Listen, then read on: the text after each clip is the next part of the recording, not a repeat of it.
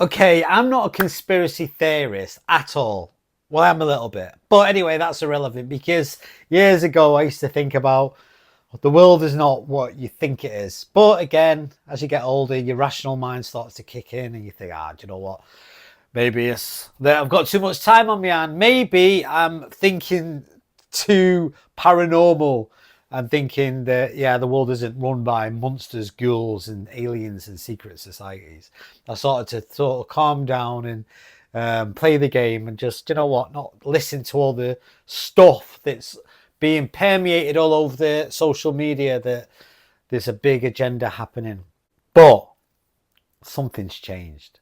Have you heard about this new bloody ID that they've now announced that is mandatory, that we've all now got to have digital ID? Now, is that something to be concerned about, or is it just us being over paranoid thinking that the government hasn't got our best interests at heart?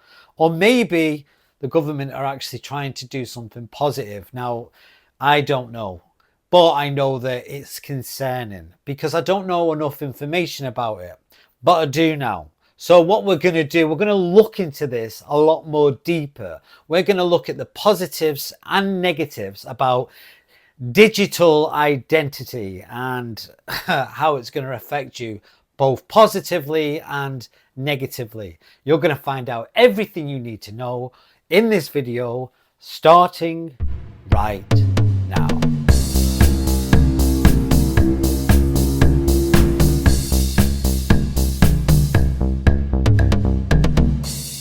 Okay, so today I want to talk to you about something very big that's happening in the future of the United Kingdom. Yes, it's the UK digital identity that's been announced.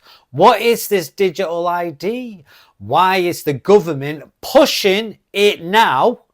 And what are the good sides as well as the bad sides? And yes, there are conspiracy theories, and I will go through those too. And by the end, you'll have a clearer picture of what could change in your life. So let's get started. The first thing we've got to look into is the big question, which is what actually is a digital ID? Well, let's go there. Let me begin by explaining what a digital ID actually is. So a digital identity means proving you are who you are, but in a digital way, okay? Using your phone or an online system rather than always using a paper document. It can include data like your name, your date of birth, your address, your biochemistry information, anything to your medical reports, face fingerprints or legal status, right to work, and your nationality. Everything basically is going to be on this digital ID. Now, it doesn't necessarily mean it's going to be a physical card, which it probably will be. It could be identity on your phone, but either way, it's coming and here it is. And let's go deeper into it so you know what to expect when it appears. Right, so in the UK, the government is building a system.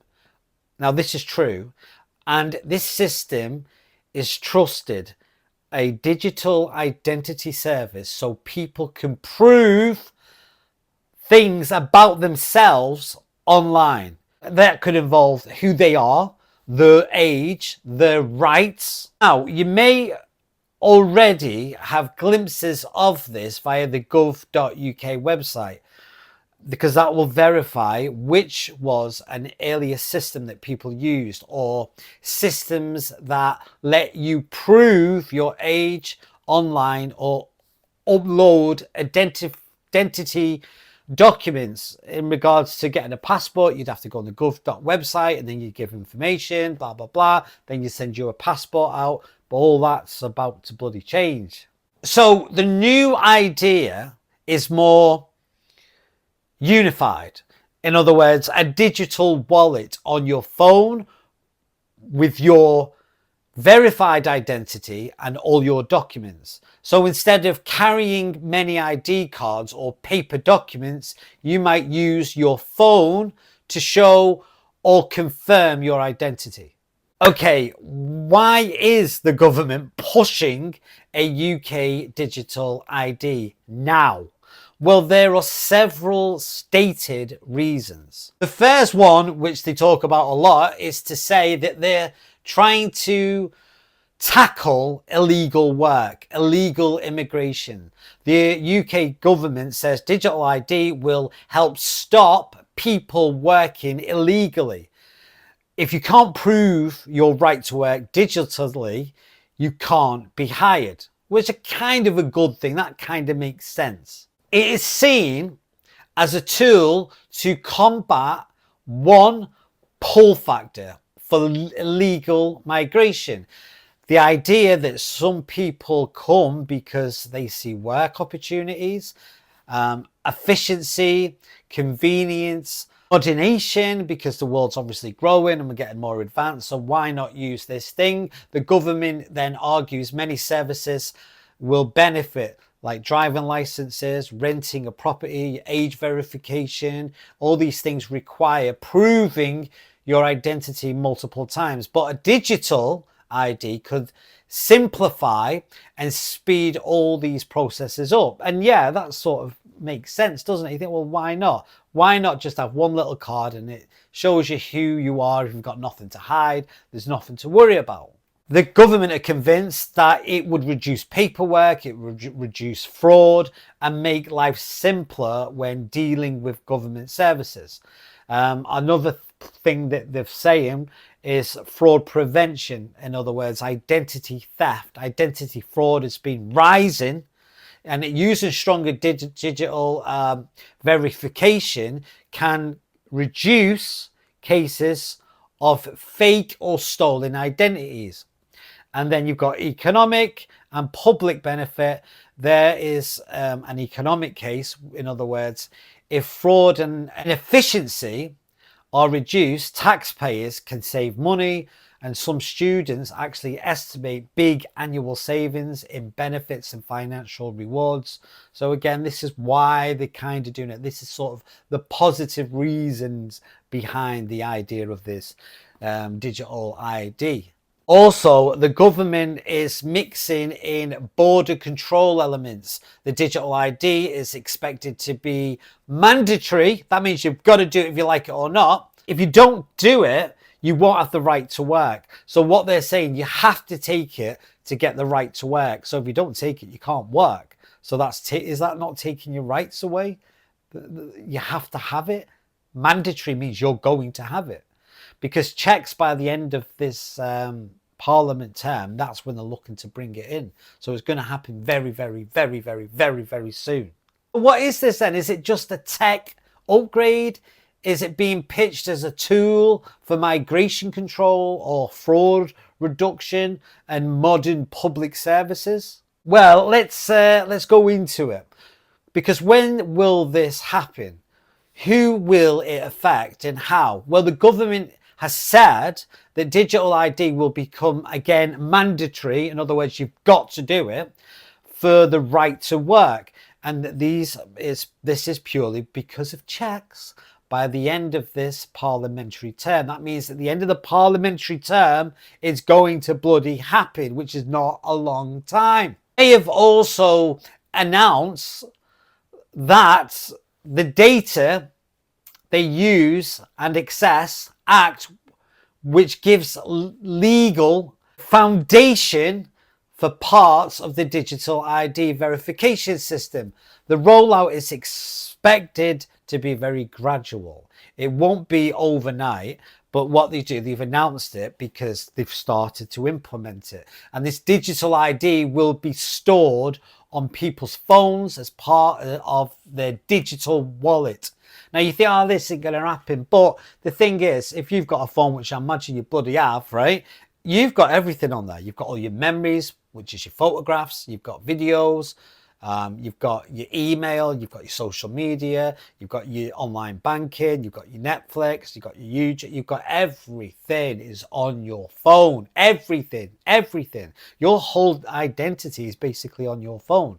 And young children now, like me, I'm old, when they're born into this world, this era in life, this is normal to them. But people like me who were born back when the dinosaurs existed, it's a completely different world. But is this progress? Is this just the way the world is? So we just go with the flow? What should we do? What should we do? Because you can't resist it. You can't fight against it and say, I'm not having it, because it's happening anyway. There's a big storm coming. And if you ain't got an umbrella, you're going to get wet. So, okay, the government actually said that there will be no requirements to carry the digital ID or be asked to produce it physically in everyday life. But for everyone who works or wants to prove the right to work, they will have to use a digital ID.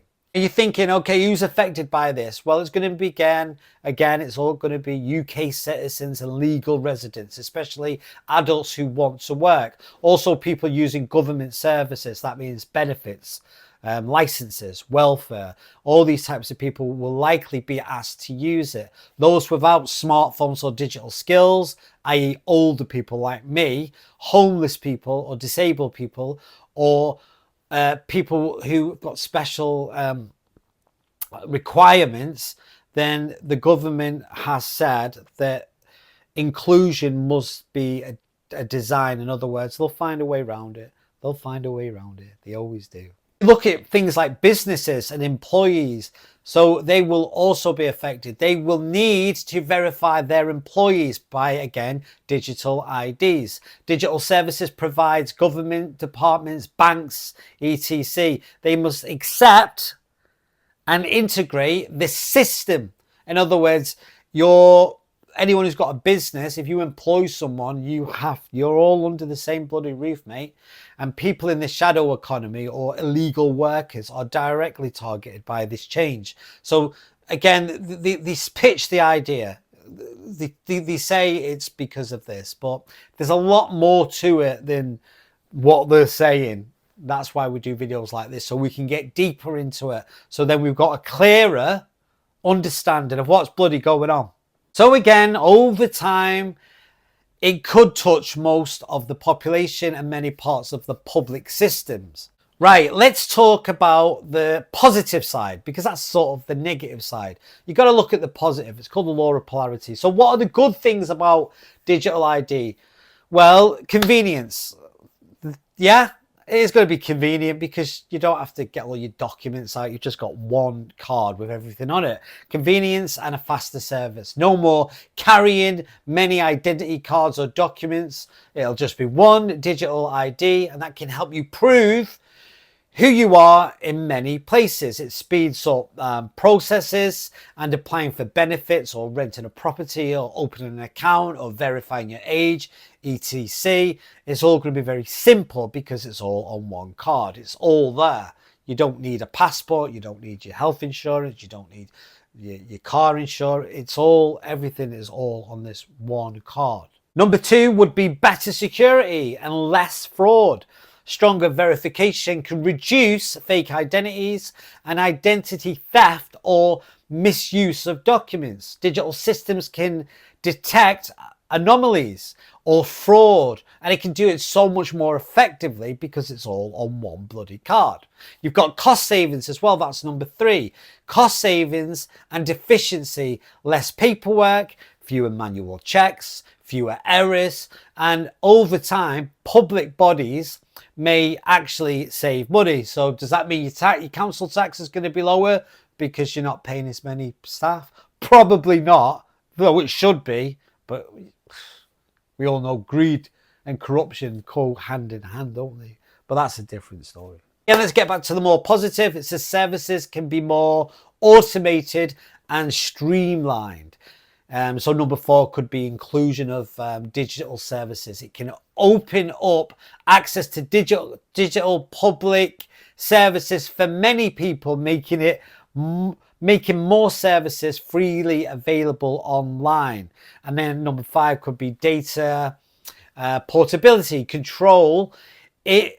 Because if it's built well, a user might control their data and choose what they share. A standard system means you don't have to reprove your identity in each new place. And there's number 6, which is moderation and competitiveness. In other words, a modern identity system may help the UK stay competitive in a digital economy, and that could attract tech investment and improve public services. Number 7 is a better targeting, which basically is preventing misuse. So the government claims it will reduce misuses of benefits, fraud and illegal work. Some savings are projected. So in other words, if you're claiming benefit, you say, oh, there's something wrong with me, and there's nothing wrong with you. You can sort of get away with it because people do. People claim benefits and there's nothing wrong with them. But with this digital ID, they won't be able to do that because everything is on this digital card. So you can't commit fraud. Fraud doesn't mean that people are taking things away from you. If you're claiming benefits that you shouldn't be, that's fraud as well. You won't be able to do that. So again, these are sort of the positives, and why they're trying to do it is to lower the cost, because all this money is taxpayer money and there's not enough money. Obviously, we're in debt as a nation. Most countries are. So they're trying to reduce all that. And that, again, is a positive thing if that is the actual real reason why they're doing it. You got to look at the risks, and there are a lot of risks and concerns, but of course they are. There are many risks and downsides. It's not just technical. It's about power, privacy, integrity, trust.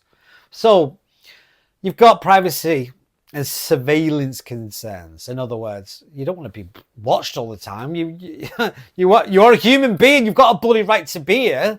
Do you know what I mean? God created you, not flipping humans. This is your world. You walk along it.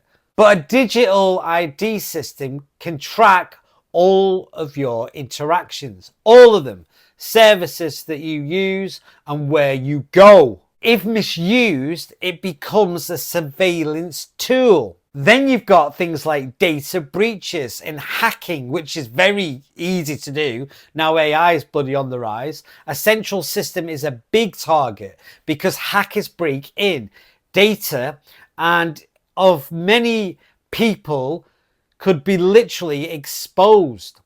You've got to remember, I'll give you an example. If you've got cash, we don't really live in a cashless society now, do we? But this is how it works. If you've got cash, you could have so much money in the bank, so much money in another bank, so much money in your house, so much money that your friend's looking after for you. You can have it in different places. So if anything got robbed, it would only get robbed or taken from that particular area. You've still got this, this, and this. But centralization, it all goes into one part, everything. Like one World Bank, one system. So if that gets taken out, all your stuff's gone. Now that is concerning, isn't it? True? It's like when you go on holiday, you don't take all your holiday money out with you. You leave it in a safe in the bloody hotel. You only take out what you need. So if something did happen that you got robbed or you lost your wallet, it doesn't matter because you've got money back at the hotel or in the safe. You wouldn't put all your eggs in one basket, would you? Because if the basket went, it's all gone. But again, this digital ID, it's all being put in one basket. Now, that is not good. That's concerning for most people. Some people don't care. But you've got to think a little bit, haven't you? And you think about it, you think this is a bit unnerving. See, the more data linked, like health, financial, biometrics, the more damage from breaches. If all your information is in one slot, one void of digital ID, then it only takes one person and they literally can take everything away from you. Then you've got things like the loss of, again, privacy. You won't be able to do anything you watch, anything you listen to, anything you buy, it's all going to be tracked. So again, are you free? Are you free to do what you want? Oh, you can do what you want, but people know what you're doing. Everything. Now, some worry that everyday behavior becomes traceable, which it will, and less private, which it will. People might feel that they are constantly being watched, or their everyday move is recorded, which it will be. So yes, it is a good concern. It's not even a concern. You have to be concerned about it because that's what's going to happen. Is the question is, are you okay with that? Are you happy? Are you happy to be observed 24/7, every single thing you do? Are you really? Really? I don't think so. You've got digital exclusion. Those without smartphones, poor digital skills, or access to networks may struggle or be left out. So if you're not part of the system, you're in trouble because you're left out. And what does that mean? Well, if you're left out and you haven't got the mark of the beast, or whatever you want to call it, the card, then you're not in the club. If you're not in the club, you're not getting anything. Anything. Okay? So it's mandatory. You have to have it. And this may worsen if not designed inclusively, which it's given too much power to one source. You've got function creep and scope creep. If you don't know what that is, I'll explain it. Once in place, governments or others might expand use of the system. In other words, to things like policing or tracking or social control. A digital ID is meant for work checks, but then might later be required elsewhere in ways people didn't expect. So I'll give you an example. If you've got nothing to hide, you say, well, I've got nothing to hide. Yeah, there's my little card, look. I've got car insurance, yes. There's my right to work. There's my right to leave the country and go on holiday. I'm okay with that, okay? But when you go shopping and you buy things, are you okay with every single thing you've bought to be tracked, audited? Do you want that? Do you really want that? But some people do. So, well, I'm not bothered. I'm not bothered. But again, that could be the start of it. They said, what happens then? They could turn the bloody machine off. Now, what does that mean, turn the machine off? Well, if all your banking system, all your records, everything about you is all held in this little database, right? You have no control. You have no control because all they have to do is turn the button and then the card doesn't work. That means you won't be able to access anything, nothing, money, food, water, nothing. It's gone, gone, gone, gone. That's the thing. And can that happen? Of course it bloody can. It has happened. It happened, was it in Canada when all the truck drivers, they were driving and they were protesting. So what they did, they stopped all the card machines so they couldn't get money out of the car, the cash out of the bank. It's their bloody money. They couldn't even get out of the freaking bank. It happened in Spain in 2025. I was there. The whole electricity went down. The whole electricity, no electrics would work. Cash machines wouldn't work. And my mate, I had cash on me, but my mate was with me. He had no cash. He just had his card, stuck his card in the machine, and the machine was dead. And you can't go to another one because every single cash machine in Spain didn't work. That's concerning because now you've got nothing. You've got nothing because you give all the power to the AI. Scary stuff. It's a thing that another concern again is, and there's lots of them, is power concentration. And this is the sort of thing I'm saying to you. A single authority managing identity means huge power over citizens and daily lives. If that authority is misused, there's no easy escape. Now think about that. Errors, false negatives, false reactions. What if someone's identity is wrongly flagged as an invalid or rejected? That could block someone from vital services or work. You've got errors in systems that design certain structures, but they can be biased and many harm innocent individuals. If people don't trust authority, managing it, or fear of misuse, resistance will be very strong. And that's what's happening now. Already public support is literally dropped after these announcements. A lot of people aren't happy about it. You've got cost of technical challenges. You see, building a secure, fair, inclusive system is very expensive and difficult to do. Then data sharing across agencies, because that's what they do. If you've not noticed on your email, you'll get random emails selling you spam. So how have they got my bloody details, my information? Because what companies do, they share your telephone number, they share your home address, they share your email. You know, I've not given it to them because it's called data sharing. So they could share anything they want because they've got everything about you. They just share it with the rest of the world. So again, this is concerning. And ensuring robust privacy and security is so complex. Then you've got political resistance, civil liabilities, because many civil rights groups warn that mandatory digital ID is literally a threat to civil liberties, which again, I'm trying to be neutral here, but yeah, it looks that way, doesn't it? Also, past attempts in the UK, we've tried to do it before. Say we, I haven't, the government have. They tried to do identity cards in the past, but they were deeply unpopular because people said, no, we're not doing it. But again, this one, it seems that the government's coming in with an iron fist and saying, no, you're doing it. That's why they use the word mandatory. Okay, we can look at conspiracy theories and fears, which is a big one, because since the big change, many conspiracy theorists are floating around. Let me address some of them and separate fact from actual speculation, because it's important, because we can get a bit carried away sometimes. They call it Big Brother, don't they, or surveillance state. Some say digital ID will let governments watch everything you do. It will track your steps, your transactions, your opinions. This is a fear of sliding into surveillance dystopia. True?